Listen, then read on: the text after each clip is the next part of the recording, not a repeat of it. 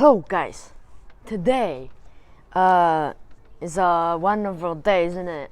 The weather is good, and everything's good.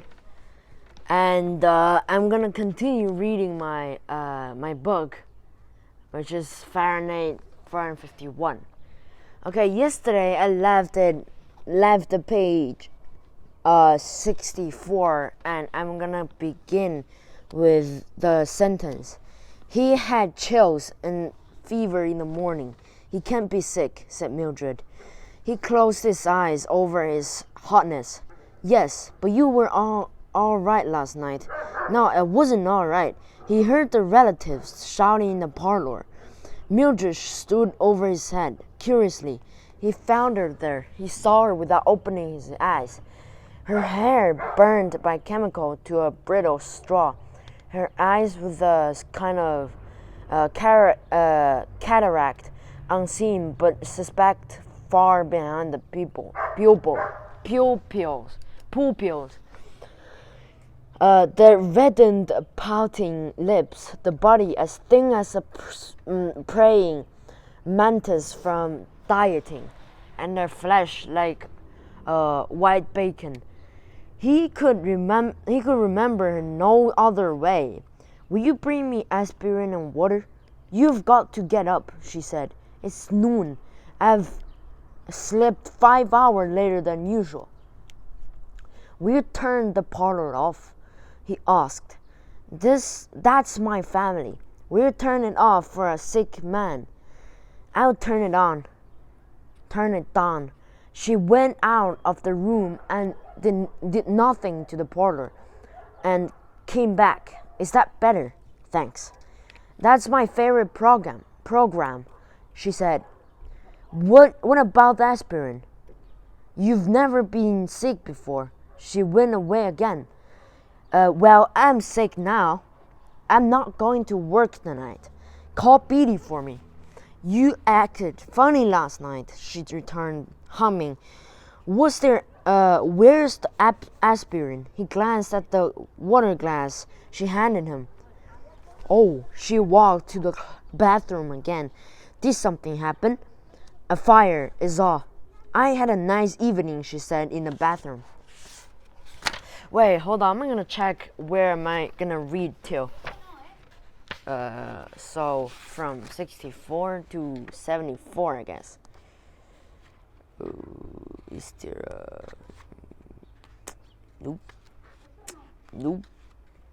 Nope.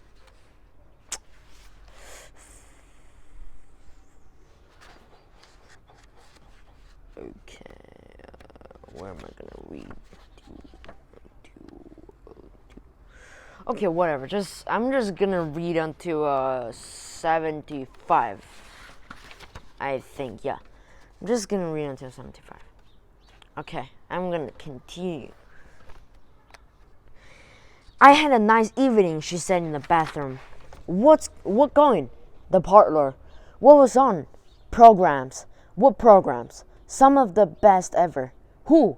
Oh, the bunch. Yes, the bunch.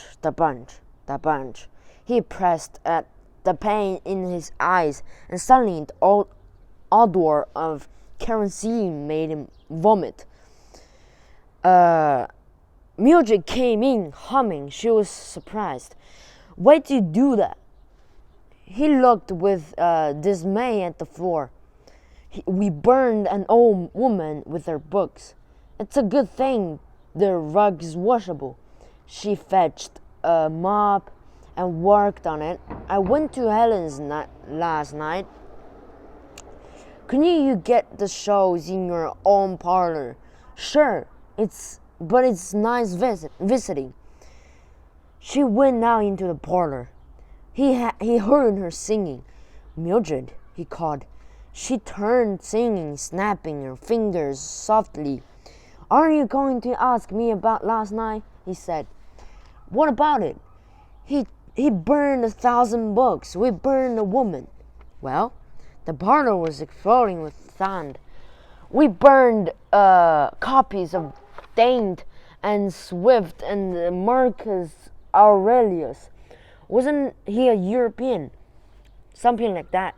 Wasn't he a radical? I never read him. I never read him. He was a radical. Mildred fitted with the telephone.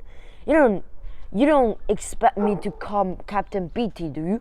You must. Don't shout. I wasn't shouting. He was up in bed. Suddenly, enraged and flushed, shaking, the parlor rolled in the hot air. I can't call him. I can't tell him I'm sick. Why? Because you're afraid, he thought. A child fearing illness, afraid to call because after a moment's discussion, the conversation would run so. Yes, Captain, I feel better already. I'll be in at 10 o'clock tonight. You're not sick, said Mildred. Montague fell back in the bed. He reached under his pillow. The hidden book was still there. Mildred, how would it be if? Well, maybe I quit my job a while. You want to give up everything? After all these years of working because one night some woman and her books? You should have seen her, Millie. She's nothing to me. She shouldn't have had books. It was her responsibility. She should have thought of that. I hate her. She's got you going, and next thing you know, we'll be out. No house, no job, nothing. You weren't there. You didn't see, he said. There must be something in books, things we can't imagine, to make a woman stay in a burning house. There must be something there. You don't stay for nothing. She was simple-minded. She was as rational as you and I. More so, perhaps, and we burned her. That's water under the bridge. No, not water, fire. You've ever seen a burned house? It smoldered for days. Well, this fire last me the rest of my life. God, I've been trying to put it out in my mind all night. I'm crazy without that trying. I'm crazy with trying. Sorry. You should have thought of that before becoming a fireman. Thought? He said. Was I given a choice? My grandfather and father were firemen. In my sleep, I ran after them. The parlor was playing a dance tune. This is the day you go on the early shift, said Mildred. You should have gone 2 hours ago. I just noticed it's not just a woman that died, said Montague. Last night I thought about all the kerosene I've used in the past 10 years, and I thought all books. And for the first time I realized that a man was behind each one of the books. A man had to think them up. A man had to take a long time to put them down on paper. And I never even thought that thought before. He got out of bed. It took some man a lifetime maybe to put some of his thoughts down, looking around at the world and the life. And then I came along into 2 minutes and boom, it's all over. Let me alone, said Mildred. I didn't do anything. Let you alone, that's all very well, but how can I leave myself alone? We need not to be let alone. We need to be really bothered once in a while. How long is it since you were really bothered about something important, about something real? And then he shut up, for he remembered last week and the 2 white stones staring up the ceiling, and the pump snake with the probing eye, and the 2 soap-faced men with the cigarettes moving in their mouths when they talked.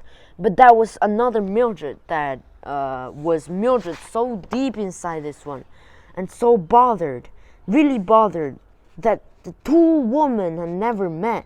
He turned away. Mildred said, "Well, now you've done it. I'm front of the house. Look, who's there? Who's here? I don't care.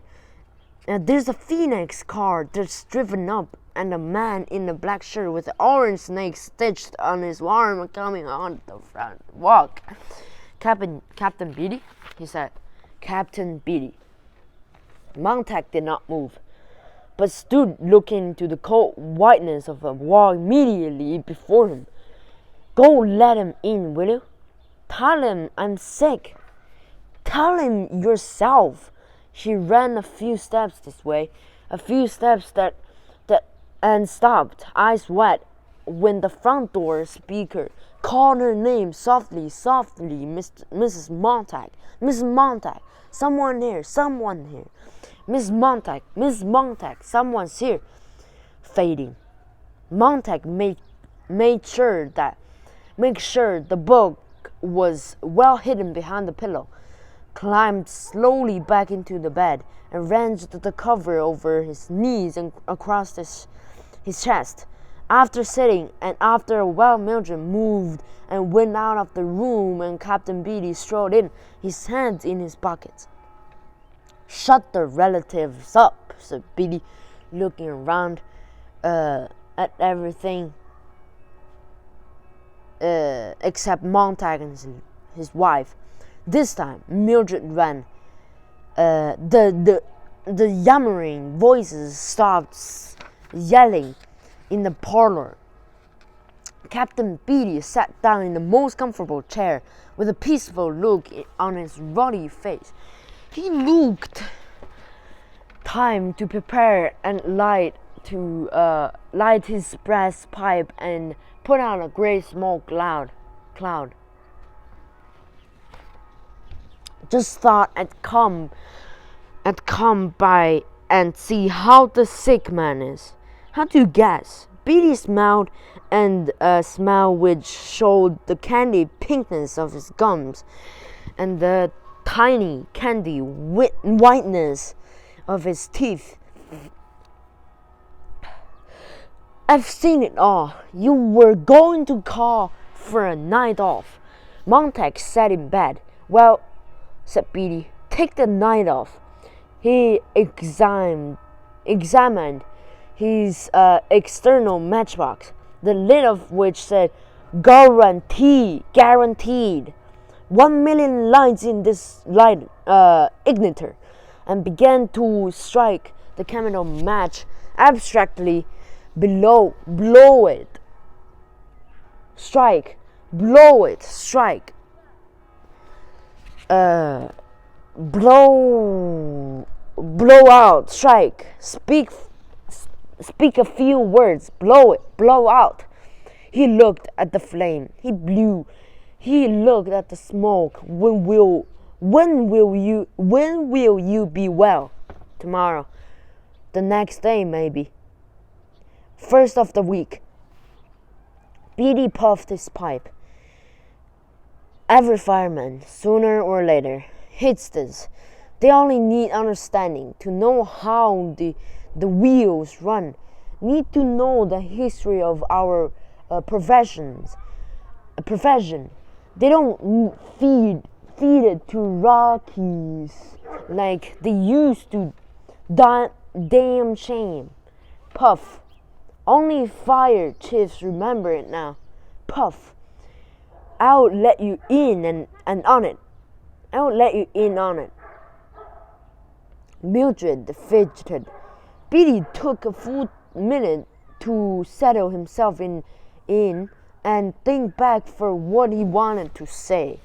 When did it all start? You ask. This job of ours. How did it come about? Where? When?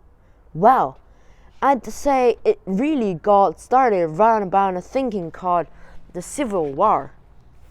Even though our rulebook claims it was founded earlier. The fact is, we didn't get along well until photography came into its own. Then motion pictures in the early 20th century, radio, television, things began to have mass. Montag sat in bed, not moving. And because they had mass, they became simpler, said Beatty. Once books appealed to a few people here, there, everywhere. They could afford to be different. The world was roomy, but then the world got full of eyes and elbows and mouths. Double, triple, quadruple population, films and videos, magazines, books leveled down to a sort of paste pudding norm. Do you follow me? I think so. Beatty peered at the smoke pattern he had pulled out on the air. Picture it. 19th century man with his horses, dogs, cars, slow motion. Then in the 20th century, speed up your camera. Books cut shorter. Condensations, digests, tabloids. Everything boils down to the gag, the snap ending. Snap ending, Mildred nodded. Classics cut to fit 15 minutes radio shows, then cut again to fill a 2-minute bull column, winding up at last as a 10 or 12 line dictionary resume. Like this word is in the tilde, like there's a thing on the top of the vocal. Resume. I exaggerated. Of course, the dictionaries were references, but many were those whose sole knowledge of Hamlet, the title certainly, Montag. It is probably only a faint rumor of title to you, Mrs. Montag, whose sole knowledge, as I say, of Hamlet was one page digest in a book that claimed not at least you can read all the classics, keep up with your neighbors. Do you see? Oh, out of the nursery into the college and back to the nursery. There's your intellectual pattern for the past 5 centuries or more. Mildred arose and began to move around the room, picking things up and putting them down. Beatty ignored her and continued. Speed up the film. Speed up the film, Montag. Quick. Click, pick, look, I, now. Click here, there, swift, pace, up, down, in, out, why, how, who, what, where, bang, smack, wallop, bing, bom, boom. Whoa. Digests. Politics, 1 column, 2 sentences, a headline. Then in mid-air, all vanishes. Where man's mind ran about so fast under the pumping heads of publishers, exploiters, broadcasters, and that the centrifuge flings off all unnecessary time-wasting thought. Okay, Mildred smoothed the bedclothes. Wait, I'm super thirsty right now, where am I? Okay, Montag felt his heart jump and jump again as she patted his pillow. Right now, she was pulling at his shoulder to try to get him to move, so she would take the pillow out and fix it nicely and put it back, and perhaps cry out the stare, or simply reach down her hand and say, "What's this?" and hold up the hidden book with a touching innocence. School is shortened, discipline relaxed, philosophies, histories, languages dropped, English and spelling gradually neglected, finally almost completely ignored. Life is immediate. The job counts. Pleasure lies all about after work. Why learn anything? save pressing buttons, pulling switches, fading nuts and bolts. Let me fix your pillow, said Mildred. No, whispered Montag. The zipper displaces the button, and man lacks just that much time to think while dressing it down. Philosophical hour, and thus melancholy hour. Mildred said, Here, get away, said Montag. Life becomes one big pratfall, Montag. Everything bang, boof, and wow, said Mildred, yanking at the pillow. For God's sake, let me be, cried Montag passionately. Beatty opened his eyes wide. Mildred's hand had frozen behind the pillow. Her fingers were tracing the book's outline, and as the shape became familiar, her face looked surprised and then stunned. Her mouth opened to ask a question, empty the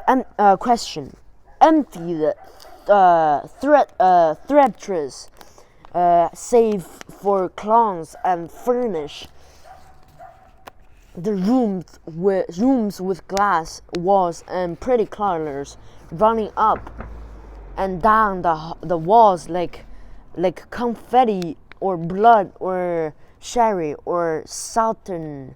You like baseball, don't you, Montag? Baseball's a fine game. Now Beatty was almost invincible. A voice somewhere behind a screen of smoke. What's this? Asked Mildred, almost with a delight. Montag heaved back against her arms. What's this here? Sit down, Montag shouted. She jumped away, her hands empty. We're talking. Beatty went on as if nothing had happened. You like bowling, don't you, Montag? Bowling, yes. And golf? Golf is a fine game. Basketball, a fine game. Billiards, pool, football, fine games, all of them. More sports for everyone. Group, spirit, fun, and you don't have to think, eh? I'm thirsty.